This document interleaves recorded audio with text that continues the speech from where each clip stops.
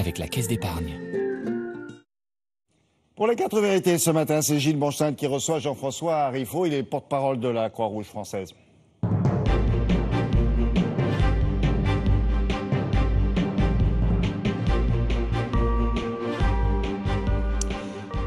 Bonjour William, bonjour à tous, bonjour Jean-François Harifo. Le typhon Haiyan aurait fait déjà plus de 10 000 victimes. Est-ce que la Croix-Rouge française va partir sur place? Oui, la Croix-Rouge française se prépare à envoyer 3 équipes de réponse aux urgences. La seule question, c'est quand. Nous sommes en train de discuter avec la Fédération internationale Croix-Rouge, Croissant-Rouge, qui coordonne les efforts de toutes les Croix-Rouges mondiales. Et aujourd'hui, nous en saurons plus. C'est-à-dire que nous saurons à quel moment et quelle équipe nous envoyons, mais nous allons aller sur le terrain, bien entendu. 3 équipes, c'est combien de personnes? 3 équipes, en l'occurrence, ça va se faire une petite vingtaine de personnes. Il y aura une équipe spécialisée dans l'eau, une équipe spécialisée dans l'aide médicale et une équipe spécialisée dans la prise en charge de personnes qui ont besoin de kits d'hygiène et d'outils pour vivre au quotidien. Alors le plus compliqué dans ce genre de situation, c'est l'accès aux zones sinistrées. Je crois qu'on va voir des images. Oui, c'est la problématique que nous connaissons, nous, humanitaires, tous. D'abord se rendre auprès des personnes, et on voit les images ici. On comprend vite, en regardant ces images, que la destruction est telle que non seulement le drame est considérable pour les victimes, mais aussi le drame est compliqué pour les humanitaires parce qu'il faut se rendre sur place. Plus de ponts, plus de routes, plus d'aéroports. Plus de routes, plus d'aéroports, vous venez de le dire, dans un contexte déjà compliqué parce que c'est un pays d'archipel. Et donc le principal enjeu dans les premières heures et dans les premiers jours, c'est de rétablir l'accès aux victimes et ensuite de se porter auprès d'elles de façon à organiser l'aide. Alors justement, concrètement, dans les premières heures, vos équipes sur place, que vont-elles faire ? Nos équipes sur place vont d'abord arriver sur un territoire qui aura été identifié. C'est la raison aussi pour laquelle elles ne sont pas parties tout de suite, au risque d'attendre sur les aéroports pendant plusieurs jours. Donc elles vont arriver sur des territoires identifiés. Je ne sais pas encore si ça sera à Tacloban, à Roxas ou ailleurs. Et elles vont installer leurs outils. Si je prends l'exemple de notre équipe qui partira à faire de l'eau, nous avons un dispositif qui est assez lourd d'ailleurs, qui permet de produire 15 000 litres d'eau par jour. Et donc l'idée, c'est de l'installer à proximité. Comment produit-on 15 000 litres d'eau par jour? C'est pas compliqué. On trouve une source. Où on trouve une rivière et on s'approvisionne à partir de cette rivière et nous avons un système de décantation avec des grands réservoirs, des systèmes de purification de l'eau et ensuite un système de distribution d'eau. Et donc on essaie d'installer ces systèmes-là à proximité d'endroits où les personnes seront regroupées dans des camps qui sont également, eux, construits par la Croix-Rouge ou par d'autres associations humanitaires. L'eau, c'est l'urgence absolue, c'est de ça dont les gens ont le plus besoin tout de suite. La nourriture et la mise à l'abri, avec en transversal, bien entendu, la santé. L'eau est très importante parce qu'il faut vite rétablir les conditions d'hygiène.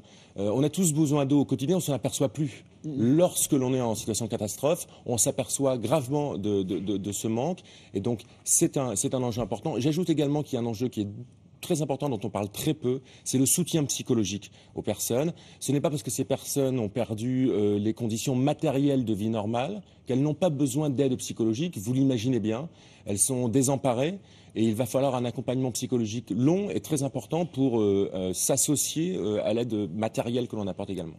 Un convoi de la Croix-Rouge philippine, je crois, a été attaqué. Comment travailler au milieu du chaos, au milieu du désordre? Là aussi, je crois qu'on va voir des images. Il n'y a pas de réponse univoque à cette question. Ça fait partie, malheureusement, des risques et des conditions d'exercice de notre métier en situation de catastrophe. Une catastrophe, c'est quoi? C'est lorsque le désordre a pris le pas sur l'ordre et lorsque le désordre devient la norme. Et donc, il y arrive que la sécurité soit mise en jeu. À la Croix-Rouge et au Croissant-Rouge, notre mouvement, nous avons la chance d'avoir un emblème qui est protecteur. Ce sont les conventions de Genève qui donnent cette dimension protectrice à l'emblème. Parfois, ça ne suffit pas, vous venez de l'indiquer. En revanche, nous avons aussi des professionnels qui organisent la sécurité. Et donc, l'ensemble de nos équipiers sur le terrain sont sensibilisés aux règles de sécurité à respecter.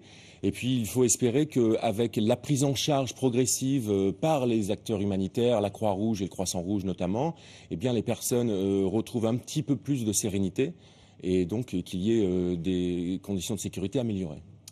Vous, humanitaires, de quoi avez-vous le plus besoin? Je vais vous faire une réponse très simple, mais surtout très vraie. On a besoin d'argent. C'est simple. C'est simple. Encore une fois... Alors je vous propose qu'on voit les différentes, les différentes associations. Merci pour ça, merci pour nous et pour les autres aussi. Les Français peuvent faire des dons. Très sincèrement, les directeurs d'opération, en l'occurrence de la Croix-Rouge, mais des autres associations également, de l'argent et seulement de l'argent, en fait. De l'argent et seulement de l'argent. Les directeurs des opérations demandent à leurs responsables de collecte, à peu près toutes les 2 heures ou toutes les 3 heures, combien ils ont collecté. Pourquoi? Parce qu'à partir de cela, ils peuvent dimensionner l'aide qu'ils vont envoyer sur le terrain. Donc on a besoin d'argent, nous n'avons pas besoin de dons matériels ni de candidatures, pour 2 raisons. Parce que d'une part, nos personnels sont formés et nos matériels sont normés, et notamment normés avec des règles internationales du mouvement Croix-Rouge, Croissant-Rouge. Et donc pour être le plus efficace, il faut donner de l'argent. J'en profite pour remercier les Français qui, depuis déjà 2 jours, se sont fortement mobilisés, et pour leur passer le message qu'il faut continuer parce que les personnes sur place vont avoir besoin d'aide pendant longtemps. Y a-t-il vraiment une affectation des dons? Vous savez ce qu'on dit parfois de l'humanitaire, on donne de l'argent pour une cause et on n'est pas certain que l'argent aille à cette cause. Les Français qui donneront de l'argent pour les Philippines sont sûrs que cet argent ira aux Philippines. Oui, les Français qui donnent de l'argent et qui continueront à donner de l'argent pour les Philippines sont sûrs que l'argent va être affecté, je vais être technique un instant, sur des comptes dédiés. Nous, à la Croix-Rouge française, nous avons créé un compte dédié Typhon Haiyan, et donc l'ensemble de ces fonds seront utilisés pour organiser notre réponse aux victimes, auprès des victimes de ce typhon-là. Et les Français peuvent à la fois visiter l'ensemble des sites internet des associations, mais aussi s'assurer auprès du comité de la charte qui nous contrôle, le comité du don en confiance, mais aussi auprès de la Cour des comptes qui nous contrôle. Très franchement, le système associatif et caritatif français aujourd'hui présente un grand niveau de sécurité. Quelles leçons avez-vous tirées des catastrophes précédentes, essentiellement le tsunami, Haïti? On avait pointé des problèmes de dysfonctionnement de l'aide, des projets similaires qui se montaient à quelques mètres les uns des autres, comme s'il y avait une concurrence entre vous. Est-ce que vous avez tiré les leçons de ces critiques? Je crois qu'il y a eu 2 grandes leçons tirées. Ça a été, je peux vous dire, moi j'ai beaucoup participé à des réunions au niveau international de la Croix-Rouge et des Croissants-Rouges, et on s'est beaucoup questionné. Il y a eu 2 grandes leçons. La première leçon, c'est celle de l'organisation, et c'est celle de la coordination. Et aujourd'hui, le mouvement international Croix-Rouge, Croissant-Rouge a cette capacité-là de pouvoir se préparer et donc se coordonner avant d'arriver sur le terrain, et je l'évoquais un petit peu tout à l'heure.